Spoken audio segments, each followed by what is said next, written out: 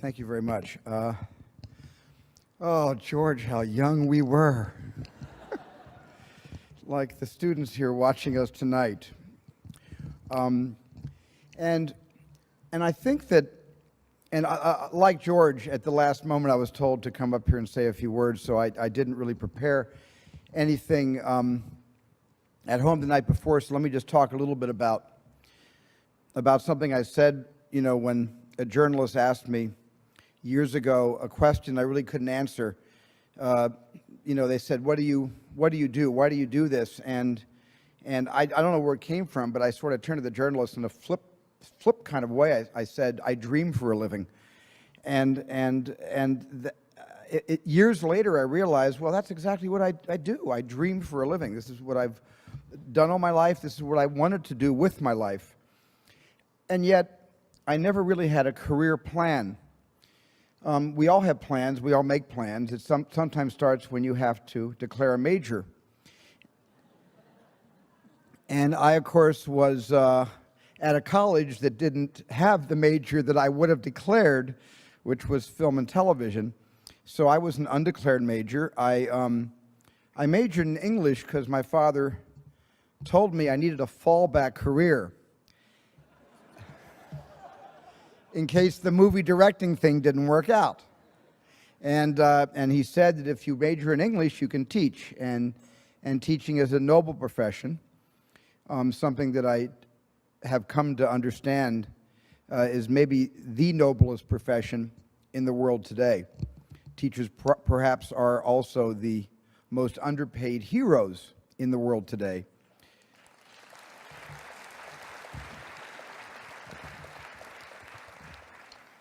But as noble as it seemed to be, I wanted to be a movie director.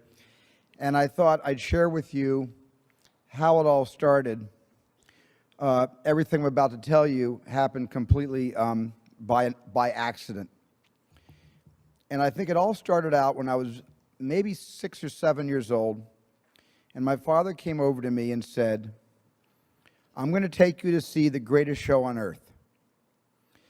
And when you promise a 6, 7, 8-year-old young boy that you're about to see the greatest show on earth,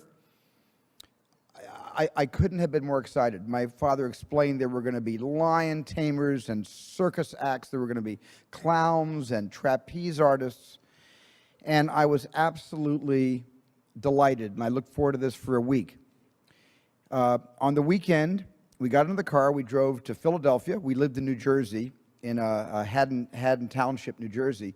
We drove into Philadelphia, and it was very, very cold. It was wintertime around the holiday season. And we stood in a very long line, I remember, against a solid red brick wall for what seemed like hours. I think we actually stood in line for about 2.5 hours. The line just inched forward. I didn't quite understand. I was waiting to see the tent, and there was not a tent. There was a brick wall. We walked into some rather large doors, and we walked into a very kind of a dimly lit room. I remember the room had a lot of pink and purple lights, and the ceiling looked like a church. It was a lot of Rococo carvings. There wasn't any kind of iconic symbology in the room, but it felt like a place of worship, and a little bit like our synagogue, actually. And I still didn't quite understand about the greatest show on earth. And I sat down in some seats, and they were all facing forward, not bleachers, but seats. It was a large red curtain. I'll never forget this. And the curtain opened, the lights went down, and a dimly lit image came on the screen, and it was flickering, and it was kind of grainy because we were sitting way in front. And suddenly I realized that my father had lied to me and had betrayed me, and had taken me to a circus that wasn't a circus. It was a movie about a circus, and I had never seen a movie before. That was the first movie I ever saw, Cecil B. DeMille's The Greatest Show on Earth. I had never seen a motion picture before. I had seen a lot of television because my dad was an electrical engineer, and in his spare time, when he wasn't working for RCA, he was repairing the early television sets of the early 50s.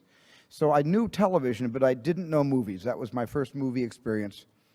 And I think the feeling of disappointment and regret and betrayal lasted only about 10 minutes, and then I became just one more victim of this tremendous drug called cinema.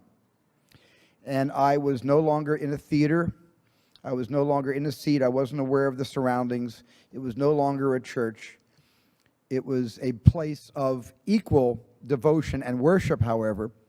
I became part of an experience. And I became part of the lives of a lot of people that I never would meet, and I would only get to know in this one story, but that became my life. Now, in the center of this movie, if any of you remember the Cecil B. DeMille film, The Greatest Show on Earth, there's a tremendous train wreck where a train speeding along the tracks is encountered by a car, a person trying to stop the train to flag down the train, and the train hits the car flips over the top of the engine, and the train goes off the tracks, and there's a tremendous disaster where all the cars pile up. It was a special effect sequence. Later, I learned it was a miniature train, but it was as real as I've ever seen anything in my life. It was the greatest disaster I ever beheld, and for me, it began my interest, not in making movies, but in asking my dad to get me a Lino electric train. So I went from wanting to become part of this incredible experience to wanting to own my first electric train. And that holiday season, my dad got me my first Lionel engine and a little coal car and a caboose and a few passenger cars. And the next year, I asked for the same thing. I said, I'd like another engine. So I had 2 trains. And as I got older, I began to collect every year more and more cars and people and semaphores and crossing signals. I became a complete electric train nut. And I had a rather large layout in our, and by this time, by the way, we had moved from New Jersey to Phoenix, Arizona, which by the way, when you're about 12 years old, there is nothing to do in Phoenix, Arizona, nothing at all. So I had a lot of time on my hands, and I was really interested in seeing what it would look like if I could recreate that memory, now several years old, of The Greatest Show on Earth, and could I recreate the train wreck? And I actually took my 2 trains, and I just rammed them into each other. And they broke, and I told my dad the train had broke, and he said, how did it happen? I said, I rammed them into each other, and my dad had them repaired. And the next week, I crashed my trains into each other again, and the other train broke. And my dad said, look, you know, I'm going to take the train set away. If you crash these things into each other one more time, you're not going to have trains anymore. But there was something about whatever the primal sense of wanting to destroy something because of that movie, whatever got into me, I needed to see those trains crash into each other. And so I also didn't want to lose my train set. My dad had sitting around the house, which I always had taken for granted, this little 8mm Kodak film movie camera with a turret that had 3 lenses, kind of wide, medium, and close-up lens. I never really bothered with the camera. But I thought, well, I know what I can do. What if I film the trains crashing into each other? I can just watch the film over and over and over again. And that's how I made my first movie. I shot one train, all in the camera. I didn't have an editing machine. I just put the camera low to the track, the way we as children like to put our eyes close to the toys we're playing with, so the scale seems to be, the scale seems to be realistic. And I just filmed one train going left to right. I filmed the other train, cut the camera, turn it around, the other train coming right to left. And intuitively, I figured out if I put the camera in the middle and they met in the middle, I'd have my train wreck. Well, that's exactly what I did. Luckily, the trains didn't break, but I looked at that film over and over and over again. And then I thought, I wonder what else I could do with this camera. And that's how it began. And that's how I became a director. And the first time I sensed that an audience was kind of agreeing with my choice of profession was when I was a Boy Scout, and I went out for the photography merit badge, and I wanted to, and the requirement in the merit badge simply said you have to tell a picture with still photographs. Our still camera broke. I went to the scoutmaster. I said, can I tell a story with our home movie camera? He said yes, to fulfill the requirements for the merit badge. And I made a little Western called Gunsmog. And I'm really dating myself because, of course, James Arness and Gunsmoke was all the rage on television in those days. And I made this little Western with my sisters and my friends and my next door neighbors and some of the Boy Scouts. And everybody had cowboy suits because we lived in Arizona, my goodness, you know.